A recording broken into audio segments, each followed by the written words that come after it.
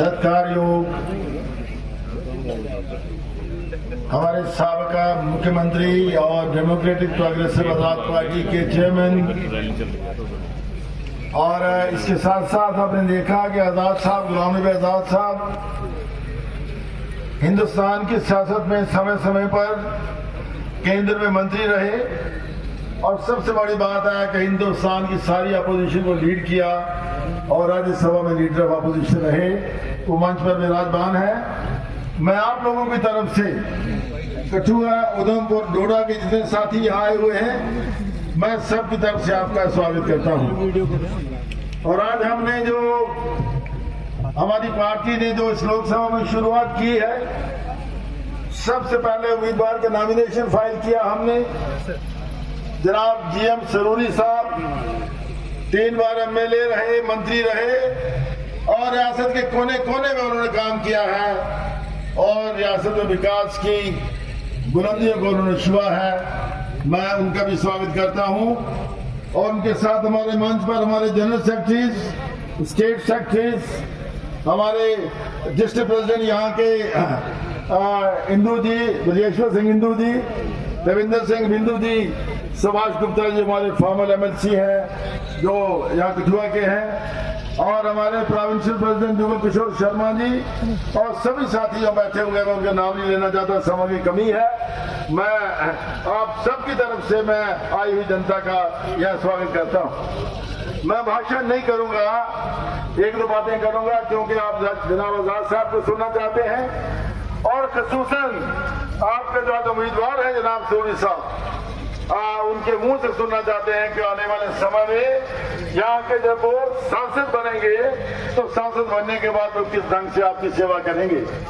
साथियों, मैं एक चीज कहना चाहता हूँ, पिछले 5 वर्षों से आपने देखा है कि जब से हमारी रियासत को यूनियन टेरिटरी बनाया गया, अब आपकी समस्याएं बढ़ी, और जब यूनियन टेरिटरी का फैसला लिया गया तो उस समय केवल गुलाम नबी आजाद साहब लीडर ऑफ अपोजिशन थे वहां, जिन्होंने आवाज बुलंद करी कि रियासत जम्मू कश्मीर के लोगों की इसका भला नहीं होगा, हमारे लोगों का रोजगार चला जाएगा, हमारी जमीनों पर इसका असर पड़ेगा। और उसके बाद इस सरकार ने कई किस्म के कानून लाए, और हमारी वाहिद पार्टी थी डेमोक्रेटिक प्रोग्रेसिव आजाद पार्टी, जिन्होंने प्रोटेस्ट किए।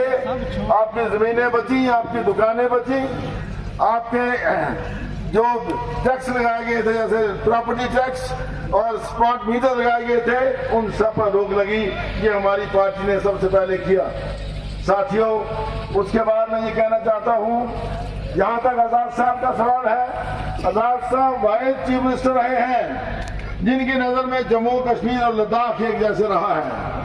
लद्दाख से आपने जहां डिस्ट्रिक्ट बनाए, 8 डिस्ट्रिक्ट बनाए, 4 यहाँ और 4 वहां कश्मीर में। और सबसे बड़ी बात है, जब ये हिंदुस्तान के वजीर सेहत थे तो उस समय उन्होंने हमें जो मेडिकल कॉलेजेस दिए जगह जगह, मेरे ख्याल में कोई भी ऐसा लीडर नहीं था जम्मू कश्मीर का जिसने ऐसा किया हो। और बतौर चीफ मिनिस्टर इन्होंने विकास को आसमान की बुलंदियों तक ले गए, चाहे वो सड़कों का काम था, स्कूलों का काम था, अस्पतालों का काम था, और दूसरे जो विकास के काम थे, सारे कामों को इन्होंने आगे बढ़ाया। इन्होंने मिसाल कायम की।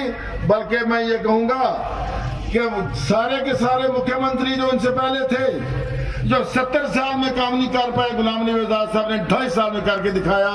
और आज आजाद साहब ने जो फैसला किया है डेमोक्रेटिक प्रोग्रेसिव आजाद पार्टी बनाने का, जो 5 साल से और 10 साल से आपकी जो तकलीफें हैं, उनको देखते हुए इन्होंने 50 साल का अपना कैरियर छोड़ा, उसको अलविदा कहा, और उन्होंने कहा कि मैं रियासत जम्मू कश्मीर के लोगों की सेवा करूंगा। और सबसे पहले कहा कि हमारी रियासत का दर्जा वापस आना चाहिए।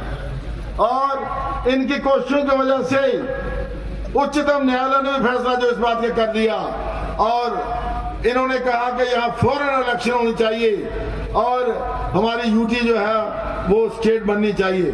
साथियों, मैं आपको यकीन दिलाना चाहता हूं, मैं लंबी बात नहीं करना चाहता, मैं ये कहना चाहता हूं कि सरूरी साहब की कामयाबी, सरूरी साहब कामयाब होंगे, मेंबर पार्लियामेंट बनेंगे, इसमें कोई शक की बात नहीं है।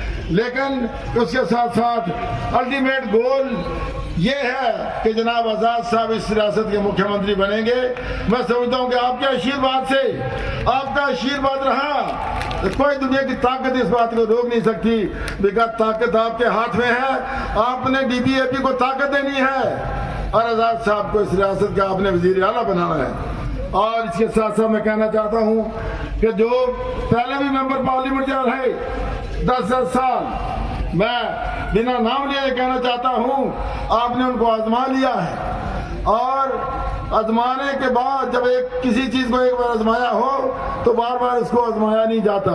और इसलिए मैं कहना चाहता हूं कि सरूरी साहब जो हैं ये एक सबसे अच्छे साबित होंगे एज मेंबर पार्लियामेंट। आप लोगों की खिदमत करेंगे, आप लोगों की सेवा करेंगे और आप लोगों का विकास करेंगे, बच्चों को रोजगार दिलवाएंगे। और जो जो तकलीफें हैं, जैसे गौरी शंकर बाकी साथियों ने कहा है, चाहे वो हटाव का काम करने वाले हैं, चाहे हमारी आशा वर्कर्स हैं, चाहे आंगनवाड़ी वर्कर्स हैं, चाहे पीएचई ऑपरेटर्स हैं, चाहे रावरे तालीम के लोग हैं, रावरे खेल के लोग हैं, रावरे जंगलात के लोग हैं, सबको पक्का किया जाएगा जब आजाद साहब की क़यादत आएगी और इस राज्य के मुख्यमंत्री बनेंगे। इन्हीं शब्दों के साथ मैं अपील करना चाहता हूँ। सरूरी साहब का चुनाव निशान जो है वो बकेट है, बाल्टी जिसे कहते हैं। बाल्टी में दूध भी निकाला जाता है, बाल्टी हमें पानी भी पिलाती है। बाल्टी जब घर घर में होती है और जब वोटिंग होगी 19 अप्रैल को तो बाल्टी के निशान के सामने जो बटन है उसके दबा करके आजाद साहब को कामयाब करें। और ये वोट क्यों होगा, ये आजाद साहब को कामयाब करने का होगा। बेशक सरूरी साहब कामयाब होंगे लेकिन अल्टीमेटली ये कामयाबी होगी कि गुलाम नबी आजाद साहब की होगी।